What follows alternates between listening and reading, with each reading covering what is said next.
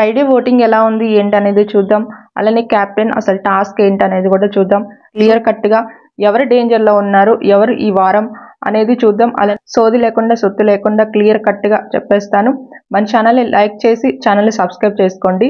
లేటెస్ట్గా ఏ అప్డేట్ ఉన్నా వెంటనే వచ్చేస్తూ ఉంటాయి. ఇక ఫస్ట్గా చూస్తే మాత్రం కెప్టెన్సీ టాస్క్ అయితే చాలా ఇంట్రెస్ట్గా జరుగుతాం అనమాట. ఈరోజు గొడవలు కూడా జరుగుతాయి. దీంట్లో చూస్తే మాత్రం ఏంటంటే ఒక సర్కిల్ లాగా, అంటే ఒక రౌండ్గా గీత లాగా ఉంటుంది అనమాట. అంటే రౌండ్గా తిరుగుతూ ఉంటారు కదా, ఇంతకు ముందు బ్యాగ్స్ అనేది వేసుకొని తిరుగుతూ ఉండేవాళ్ళు కదా, అలా అన్నమాట. అయితే ఈ టాస్క్లో చేంజ్ ఏంటంటే ఒక క్యాప్ అనేది ఉంటుంది అంట, మధ్యలో తిరుగుతూ సాంగ్ అనేది ప్లే అవుతూ ఉంటుంది అనమాట. మధ్యలో ఎప్పుడైతే ఆగిపోతారో వాళ్ళు ఫాస్ట్గా ఆ క్యాప్ అనేది తీసుకోవాలి. ఆ క్యాప్ అనేది తీసుకున్న తర్వాత ఒకళ్ళని అవుట్ చేయాలన్నమాట. ఇలా ఒక్కొక్కరు అవుట్ అయిపోతూ లాస్ట్గా చూస్తే మాత్రం ఇక్కడ ఇమాన్యుయల్ అయితే కెప్టెన్గా అయితే వచ్చినట్టు తెలుస్తుంది అనమాట. ఇంకా సంజన కోసం అయితే ఇంకా తను కెప్టెన్సీ అయితే వదిలేసుకున్నారు కదా, ఇప్పుడు మళ్ళీ సెకండ్ కెప్టెన్గా చూస్తే మాత్రం మళ్ళీ ఇమాన్యుయల్ అయితే రావడం జరిగింది.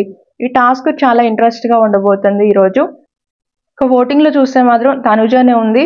తనకైతే 37% ఓటింగ్ అయితే వస్తుంది ప్రజెంట్ నేను చేసే ఓటింగ్ టైంకి అయితే. ఇక నెక్స్ట్ చూస్తే కళ్యాణ్ అయితే ఉన్నాడు. కళ్యాణ్కి కూడా 27 వరకు వస్తుంది. ఆ నెక్స్ట్ ప్లేస్లో చూస్తే మాత్రం సంజన అయితే కనిపిస్తుంది. తనకు కూడా 10% ఓటింగ్ అయితే వస్తుంది. ఇంకా తర్వాత ప్లేస్లో చూస్తే దివ్య కనిపిస్తుంది. తనకి 9% ఓటింగ్ అయితే వస్తుంది అనమాట. ఇంకా నెక్స్ట్ ప్లేస్లో చూస్తే రీతు చౌదరి కనిపిస్తుంది. తనకి 8% ఓటింగ్ ఉంటే ఆ నెక్స్ట్ ప్లేస్లో చూస్తే రాము కనిపిస్తున్నాడు. 7 వరకు వస్తుంది ప్రజెంట్ అయితే. ఆ నెక్స్ట్ చూస్తే శ్రీనివాస్ అయితే కనిపిస్తున్నాడు. 5% ఓటింగ్ అయితే వస్తుంది. ఇక ఆ తర్వాత లీస్ట్లో చూస్తే రమ్య అయితే కనిపిస్తుంది.